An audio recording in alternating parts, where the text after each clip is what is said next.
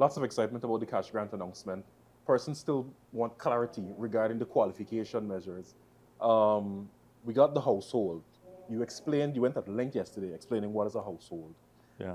The utility bill thing came up, the light bill, people's, Yes. water bill also qualify, internet bill. Is it just light bills that is being used? So this is a substantive initiative of the government of Ghana designed to help families and households.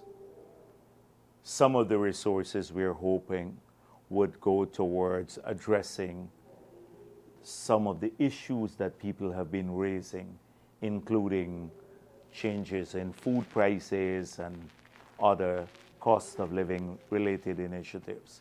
However, people are free to utilize the money however they wish. It's their money. Now, clearly, this is for every household in Guyana. And so we estimate that you would have about over 300,000 households based on what happened in the past. It's even more than what the census figures show at this point in time. When we implemented the cash grant in the past, we found that within a single building, you may have several households. And so we want to reach all of the eligible households without people abusing the system. So we are working now to ensure that we have a near foolproof system where we can give each household the grant of 200,000 each,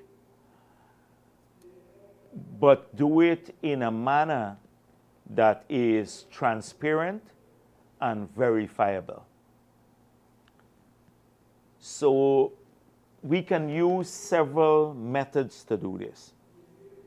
We can, for example, use electricity bill. When we look at the database for those who have meters, it's about 240,000. Yesterday they verified that to me.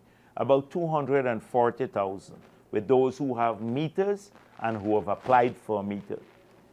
So one would assume that out of those, you have to take out all the commercial buildings and then take out the meters that are owned by, might be multiple meters that are owned by a single individual.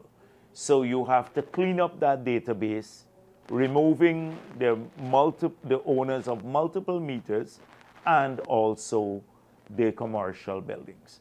That will take care of over 200,000 people.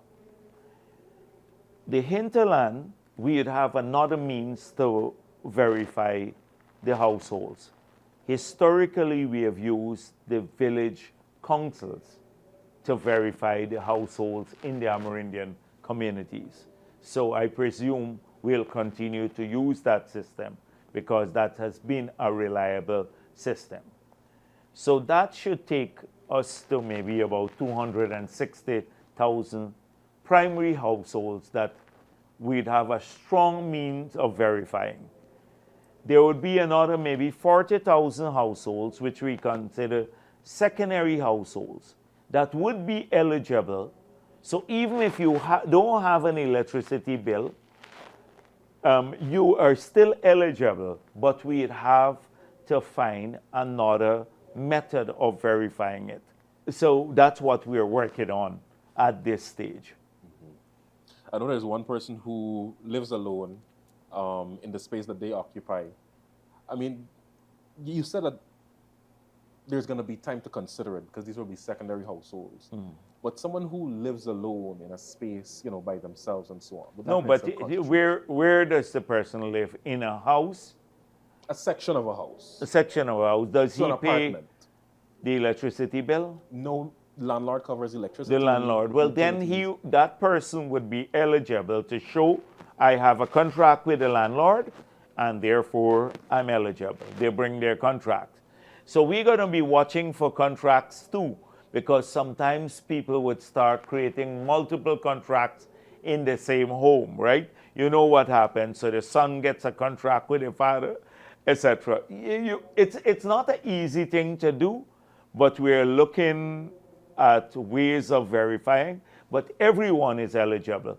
Electricity bill is not the only criterion to pay out the grant. I just wanted to emphasize that point because some people had that impression that it's only on the basis of your electricity bill that you would be receiving the cash grant. It's not true.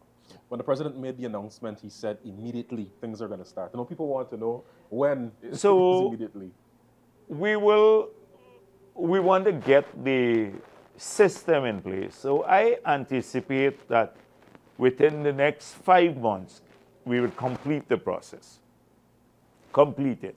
Because when you deal with large-scale tasks like this, remember every household in the country, and you're dealing with money, you better get it right. And so it will take about the whole exercise, should take on the outside. It could happen faster, but on the outer limit, it will take about 5 months, but everyone will get it. It's not as though they wouldn't get it, but we have to do it properly. And that is what we are trying to devise a system so that every eligible household can get it. And that they're not left out because of a flawed system. But at the same time, we have to safeguard taxpayers' money too, and not allow people to cheat the system. As I explained at my press conference, there's some people who set out to cheat the system. And so the method that we devise should minimize that happening, if not eliminate it completely. And you've touched on the accountability in terms of the role of the audit office and No, so the on. audit office will be central to this, and we'd have to put in place in finance a team that is dedicated towards this, to the verification and the payment of the resources. The bulk of the payment will happen by checks, maybe in communities where they don't have access to banks, like in the hinterland. It may be another method, maybe use the cash method, but the bulk of the payment would be done by checks. Or maybe we're exploring paying directly into people's bank accounts, those who have bank accounts. All right. Thank you very much, sir. So you're welcome.